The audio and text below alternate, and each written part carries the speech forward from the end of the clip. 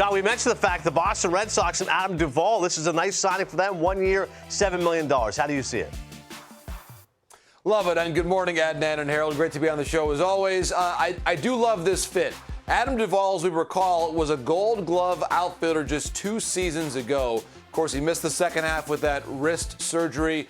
Reports now on his health are very good. I think a 1 year, $7 million deal is excellent for a team that needs a little bit more security with their outfield plan. Jarren Duran might pan out, and we'll see with Yoshida in left field. But this is a team that, for me, was screaming to have one more consistent everyday bat who you know can defend quite well. And he can play some center field, which is a really important aspect of what Duvall brings. He also brings a right-handed bat. Well, and it's a fair point. Fenway is a challenging place to play center field, Harold. He brings a right-handed bat to a lineup that's become increasingly left-handed. And I really like the way we looked at the lineup a moment ago. I think him batting 6th is a really good spot for Adam Duvall. I share Adnan's concern perhaps about, and Harold's concern about how Kike might play shortstop over a full 162. It wouldn't surprise me if this is a club that looks at Elvis Andrus, who is still out there and available as a free agent, as a possible fallback option at shortstop to bring him into camp and see how he does. Casas, that's going to be a huge question there at first base. Arroyo at second. It's a team that really is missing Xander Bogaerts, and we know that. That's been well documented. I would also say this. It's a team that when we talk about how close they were to the World Series in 2021, they also had Kyle Schwarber on that team, and he's been gone now for more than a year. When you think about Schwarber and Bogaerts missing from the lineup that played the Astros in the ALCS in 2021, I think those 2 star players are 2 huge reasons why they're probably going to be fighting to be a winning team in 2023. Yeah, it's going to be very difficult in that division. You know, and that's the thing. It's who you're playing. And I know we've balanced the schedule a little bit better. I can't imagine what it'd be like if they played the Yankees 19 times and they played the Blue Jays 19 times.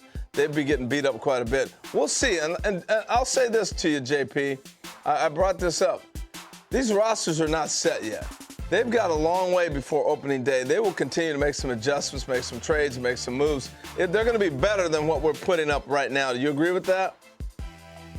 I do, and I think there are some organizations that have an excellent farm system to where they'll have some players come into camp and compete for jobs. To make a couple big picture points, Harold.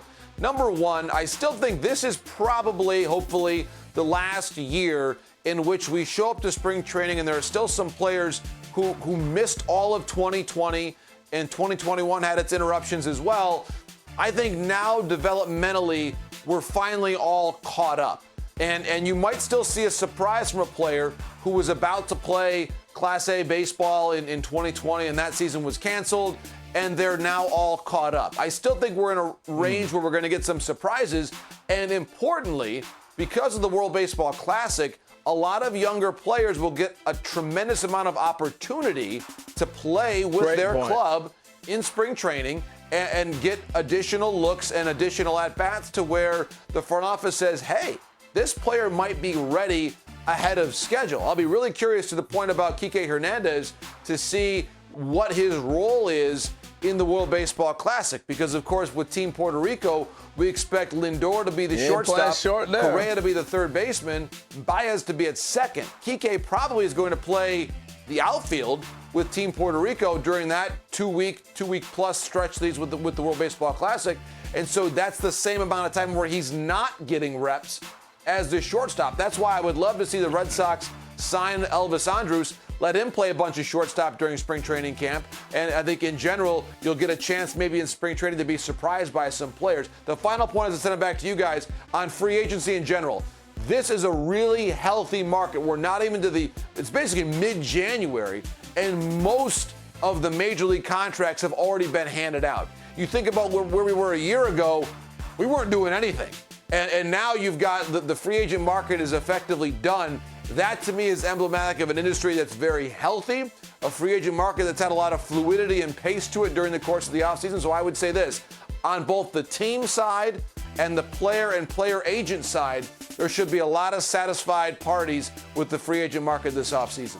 All right.